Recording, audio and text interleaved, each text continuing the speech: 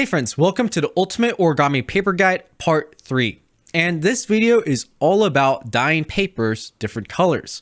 So, for example, for my Phoenix design, I mixed some red and yellow acrylic paint to create the orange that I thought would be fitting for this design. Now, I'm going to be honest with you.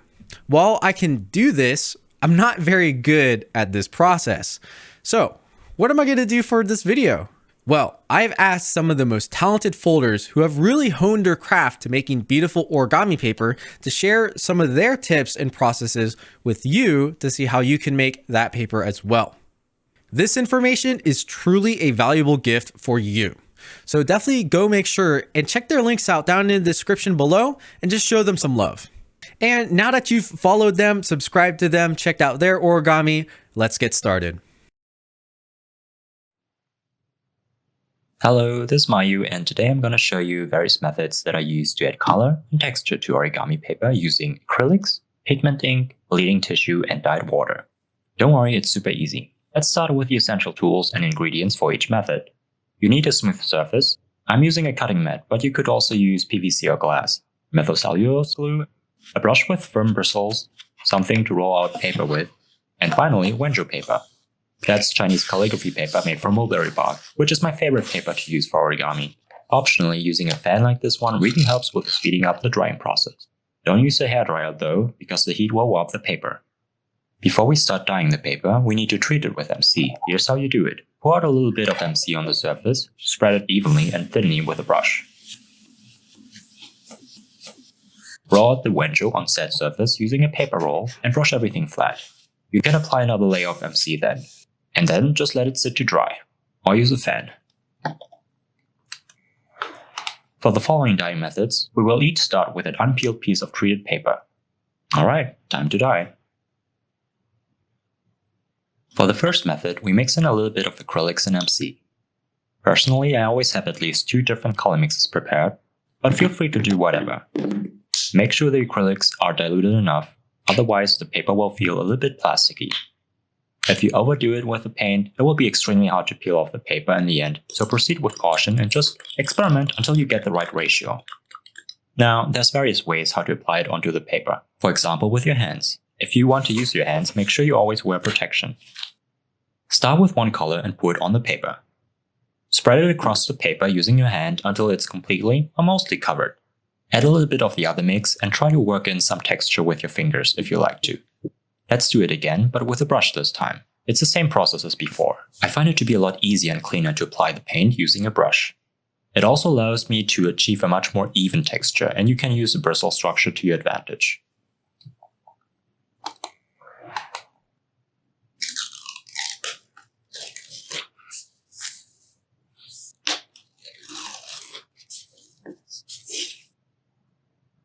The acrylics that I use make the paper very reflective because they have mica powder in them. Just use normal acrylics, it's way less expensive, and the paper won't get as shiny. I really love how the backside looks vastly different both in color and texture, and this is a good method to achieve double-sided paper.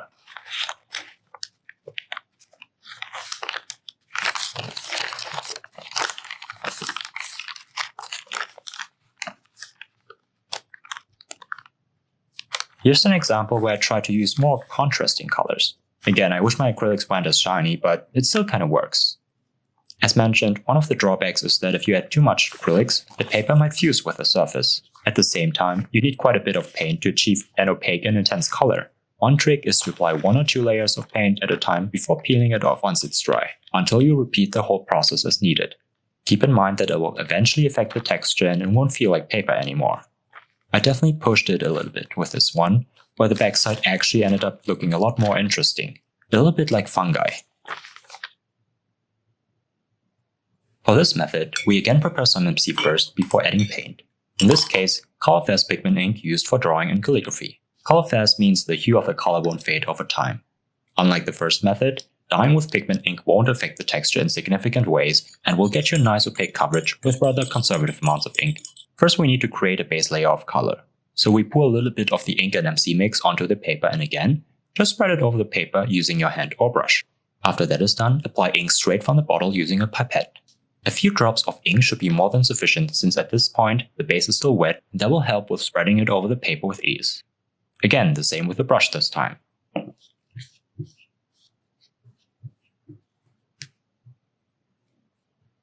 What I like about this process is that you can add ink until you are completely satisfied with the final look. There's no fear of the paper fusing with the surface, so you can experiment with layering colors as much as you want.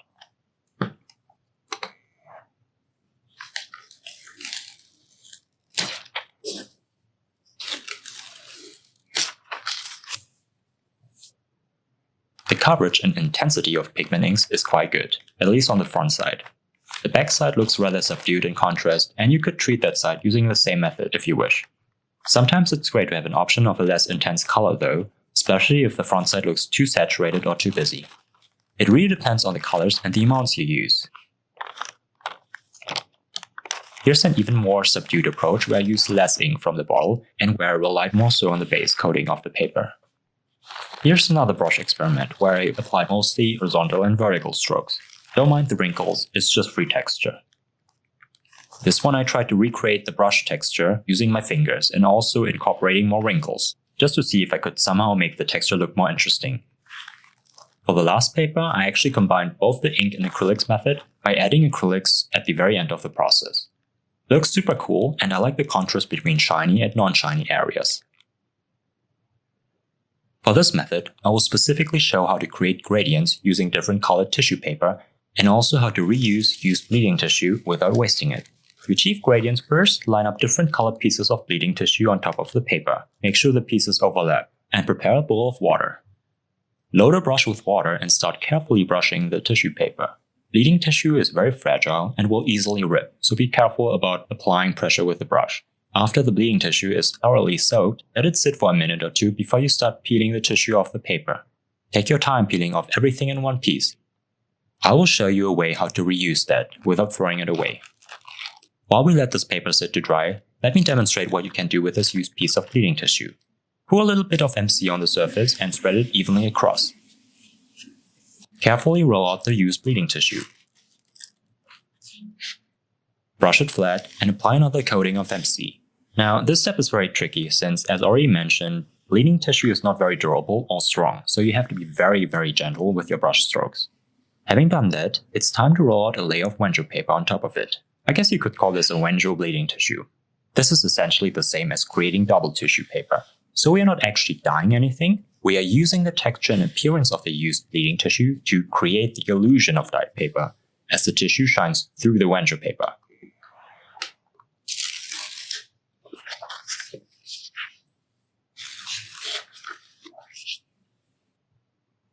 To be honest, I kinda messed up the gradient from red to violet.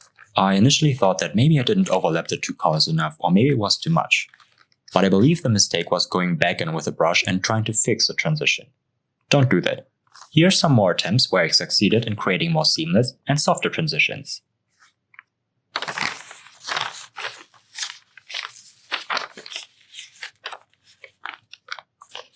I also tried it with different colors and accidentally introduced interesting structures to the gradient, which is also pretty cool. I'll show you how I did that with the next method. As for the Wenjo bleeding tissue, the paper felt very firm and crisp. I enjoy the subtlety of texture from the bleeding tissue. It has a quite premium feel to it. Here's the bigger sheet that I made.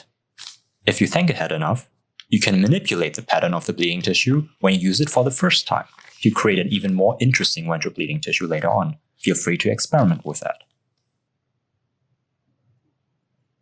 This method is actually less about dyeing the paper, as it is more about introducing organic texture, which you cannot achieve through tools alone.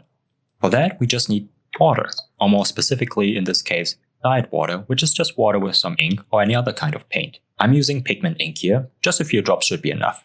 I'll now showcase what happens when you add dyed water to an undyed and also a pre-dyed sheet. The latter has been treated with the bleeding tissue and is still wet. For the uncolored sheet, start out with a base coating of dyed water using a brush. After that, use a spoon and add a few drops of your water to the paper. It's totally fine to completely soak the paper, and it's also okay to target specific areas and leave other areas dry. It's really up to you and what kind of texture you want to achieve. Same goes for the pre-dyed sheet as well. Just add some drops of the dyed water on it.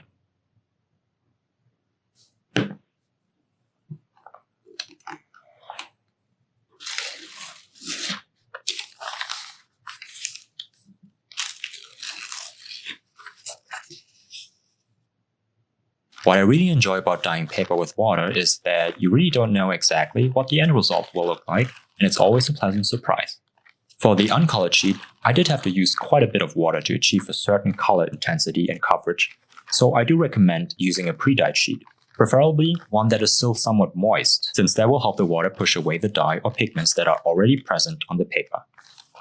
So on this one, the cauliflower-like structures are a lot more defined, and the contrast is even more visible on the backside.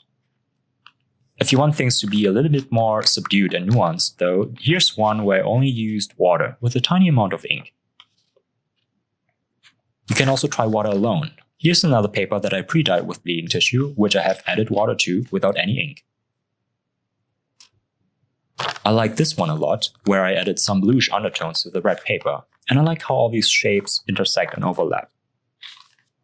You can also use water with and without ink to make areas on the paper look distinct from one another. Here, the blue is added only to the edge of the paper, everything else is treated with undyed water. Water can be used on all sorts of dyed sheets. Here I experimented on a paper which I have dyed with holy powder, which I don't really recommend since it's a bit starchy and also not color fast, but the water effect still works. Last but not least, this is what a huge sheet of paper looks like using the water method. When you scale it up, all these patterns make the paper look so dense. Again, the contrast is a lot more distinct on the backside. So yeah, that was basically it. I hope this was helpful for you guys, and I'm excited for you to experiment with these dyeing methods. It's really not that hard and super fun to do. Thanks to boys for featuring me in this video. And if you have any more questions, feel free to reach out to me on Instagram. That's all, folks. Bye. Now that was some high quality information. Thank you, Mayu, so much for sharing so many different techniques with us on how to color your paper. Now, next up, we have the plant psychologist who's going to take a deeper dive into using tissue paper to color your Wenzhou, or whatever paper you'd like. So let's have a quick look at that. Hey everyone, today I'm going to give you all a brief demo on how to color your paper using tissue paper.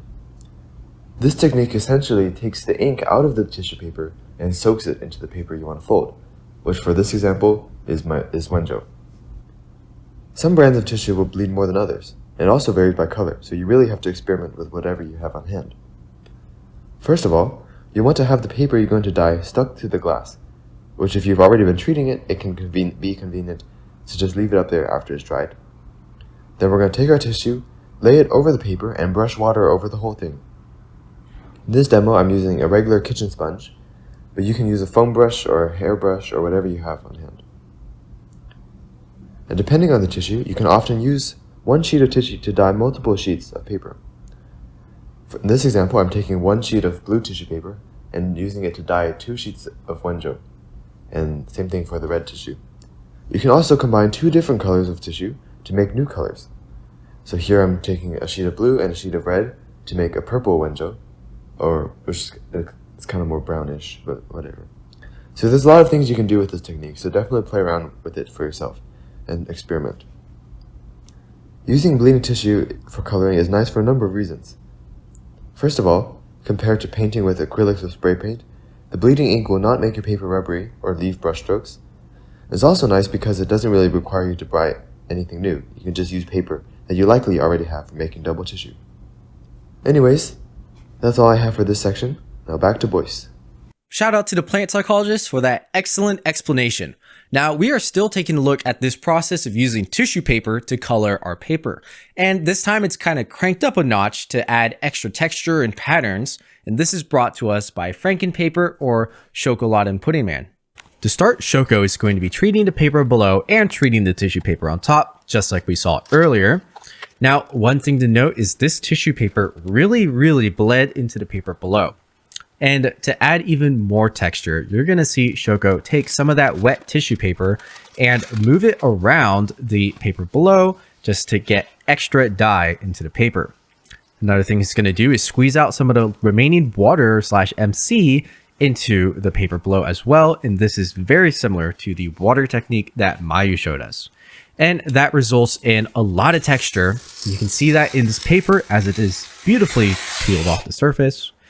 And to wrap up this whole process, Shoko is going to cut out the square using a process that we're actually going to check out later in this video. Is that paper not perfect? And now we're switching up gears to take a look at a different technique that actually uses dyes to dye the color of the paper. And this is brought to us by OBB champion and amazing folder, Alan. Hi, hello, I am Alan, alanr.origami on Instagram. I'm gonna show you some of my process of dyeing paper. Here I am using a sheet of Wenjo, right? This method uses wood dye and MC. So this works best with fiber papers, but you can use it on W2 or I don't know, you can test it out on any paper you like. I'm gonna start by putting some MC on the table. Since this is wood dye, it stains really hard and it's a really strong dye. So I recommend you all to use a surface like marble or glass, something that doesn't absorb the dye, because it stains real hard and can be really difficult to get off. Again, I'm just putting some MC on the table. You can spread it with your hands or a spatula, a brush, wherever you like, just spreading on the table. I personally like to do it with my hands. Now we get the paper, and in this method I like to put the smooth side up, because we'll put some of the water-based dye on top of the smooth side, and then we flip it over to get the rough side up, and then we apply the wood dye on there.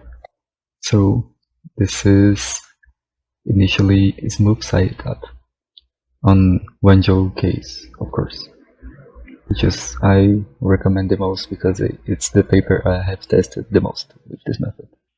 So you just get it nice and smooth without wrinkles. That is easier for us to apply the dye. So now you can you can get off some of the MC on top, because what you want to do is get the paper damp, not wet, just a little damp, so you can apply the water-based dye. If it gets wet, you just make a mess. If it's damp, you can spread it out easy, and it will cover the surface more efficiently. Now we're gonna get our water-based dye.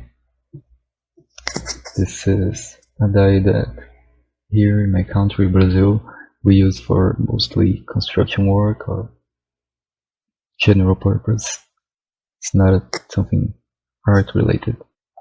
The reason we're doing this is the water-based dye will act more as a base color for us to work on with the wood dye. I usually do it with black because it gets us a darker tone on the color we choose, like blue. With the wood dye we get a deeper blue, or if we use less wood dye or a bit less of water-based dye, we get us a lighter blue. We can adjust that, but it acts more to give more body to our color. Yeah, you basically just wait to dry. It's just a couple minutes. So now we're gonna have to lift off the paper.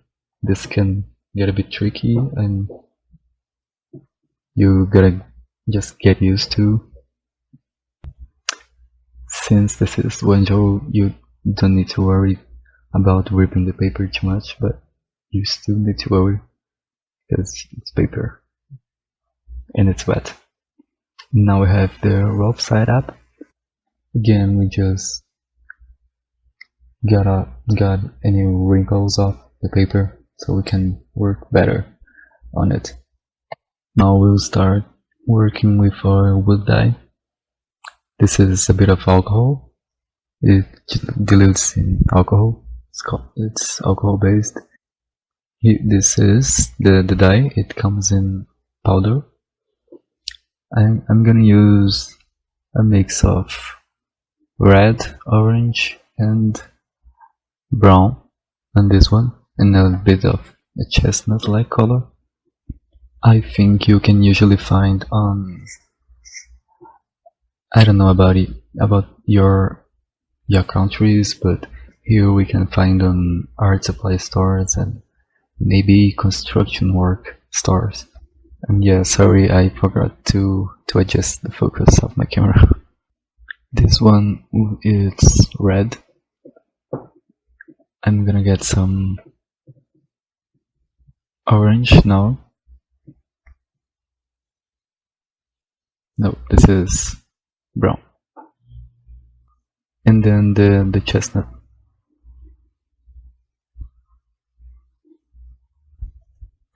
We mix it up a little. So it still mixes with water, but it doesn't do that really well. You won't get as much color as if you used alcohol, so I recommend alcohol. So now, since this is wood dye, it can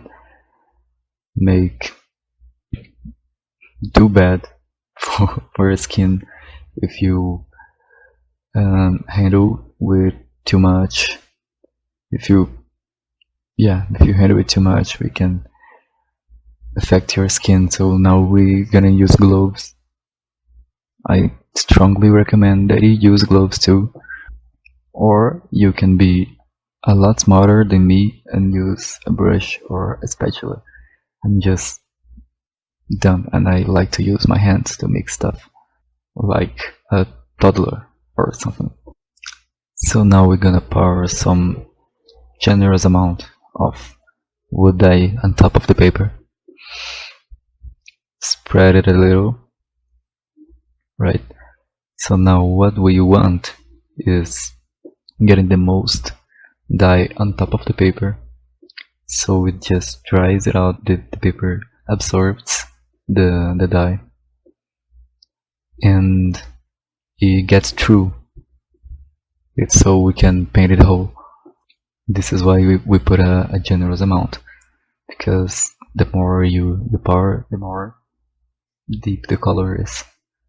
What I'm aiming for here is a really dark red, a deep red, but not just a plain tone of darker red, but a slightly darker red with some black texture, not really mixed with it. So when the paper is almost dry, you kind of smudge it together so it creates a more consistent texture. You can give it another texture, like you do something with your fingers or a brush it in a specific way. You can play around with it to create any textures, any patterns that you might like. You really just gotta test it out. Okay, so now that the paper is dry, you add some more MC. You can see that there are some black spots here and there, right? For texture, that's a personal preference, but you might do without this. So now we're gonna add a thin layer of MC, right? So that the paper is more treated, crispy. So if you want a glossier paper with a bit more shine, you can add a thicker MC or then multiple layers of it. But a thicker MC is recommended if you want a glossier finish. Here I'm going for relatively shiny, but still not too much, so I'm using a but a thin MC. Just a thin layer. You see in a few moments that I'm gonna take almost all the MC and just leave it as thin as I can. You can do this with a sponge or a brush or a spatula like I do, but I like to do with a spatula because I can control more the MC that I'm applying. I can take it off easily. So now we're gonna let it dry again, and here are some photos of the finished paper. You can see that it has some letter look on one side, and you can actually use both sides because it's dyed, right? So the dye gets through both sides of the paper. Shout out to Alan for showing us that phenomenal technique. I really want to fold that paper. And lastly, we have kind of a bonus part, and this isn't about coloring your paper or dyeing your paper, but a different version of cutting it out. So in the previous videos, you've seen how I teach in cutting paper, but if you already peeled your paper off or just need to cut a square out of any kind of paper you want, this is the technique for you. And this technique is brought to us by Levin Peters. You might know him from either folding a ton of reusing, including some extremely small but well executed ones, or from some of his recent mask and face shaping with wet folding arches paper.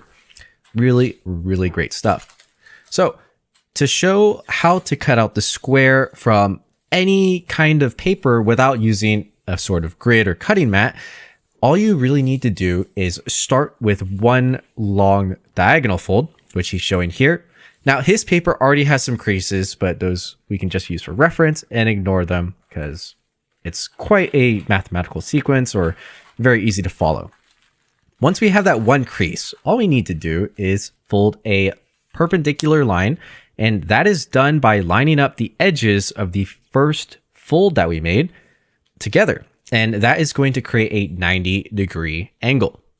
And that 90-degree angle is essentially the crux of what will determine your square. Pretty easy to do. You know, you might be folding through a couple layers like you see him doing here, but it really isn't that difficult to make it clean. And from this point, the corners don't matter. The outside corners, the only thing that really matters is that those edges from the first crease are lined up. You can even see here how he is showing that those edges aren't even lined up at all, because that is what we are going to be chopping off to make the square. And so this is why it works from, you know, really imperfect papers that, you know, shapes to start out with and will result in a square. You can do this from a rectangle, you know, an octagon, a pentagon, any sort of scrap, just by following this. So next thing he's going to do is make an angle bisector. And this bisector is from that 90-degree angle we just created. Very important that you're doing it from that. And to keep it a little bit cleaner, since we're going through multiple layers of paper, Levin is folding each side opposite of each other. So reducing the amount of total paper layers you fold through. And that will help the bisectors be really clean. And the cleaner these folds are, the better your square is going to turn out. Once again, he's showing the flap arrangement. So you can see, you know, this part, it's not important at all for them to line up. Only thing that matters that lined up is those first folds to the edge of the crease we made, and then the angle bisectors. So yeah, we really don't need to worry about any of these because it's going to get chopped off when we make our square. And now we are going to cut our square. So when you saw Shoko cutting his out, he used a tool, and that tool can be used with this method because of the folding process we used. In this case, Levin is using a very, sturdy metal ruler and going to use a knife to cut through that instead of a sort of tool. I prefer using a knife. I find that some tools that aren't as high quality will kind of skew the paper as you chop it. So in this case, I enjoy the method Levin's using. Now he's got a cutting mat here that's much smaller than his other paper. And that's how this technique can benefit, because you don't need a cutting board, as big as your paper. You fold it up basically into quarters, and this is very easy to find. And using those grid lines, he lines up the correct edge, so the edge we've been referencing this whole time, along one of those lines, and that guarantees that this cut he's doing now is also 90 degrees. And with that, he is just chopping off all that excess paper, which wasn't lined up in the first place. And with this, it's going to result in our perfect square. Now, there's multiple layers of paper, so before moving that ruler, he's ensuring he cut through all the layers of paper, firm hand placement, couple cuts just to get all the way through. You don't want to have to try and cut twice, You want to measure twice, cut once, and in this case, it worked out. So take a look at that. That edge is now clean. We have that 90-degree angle, and when Levin unfolds that paper, you can see a beautiful, beautiful square. Now that is the end of the Ultimate Paper Guide Part 3. And everyone who sent in footage spent a lot of effort sharing the knowledge they've built up over the years with you. So definitely make sure to go check out their channels, links in the description, and follow them if you didn't already when I asked you to in the beginning of the video. Really, really do check out their work, send nice comments to them, give them a ton of appreciation, because this information seriously is so, so valuable. I hope you learned something, and stay tuned for one final part of the Ultimate Paper Guide coming very soon. And that will be on making papers larger than your current cutting board or treating surface. So stay tuned for that, and I will see you in the next video. All this origami, all this origami, all this origami got me going kamikaze now.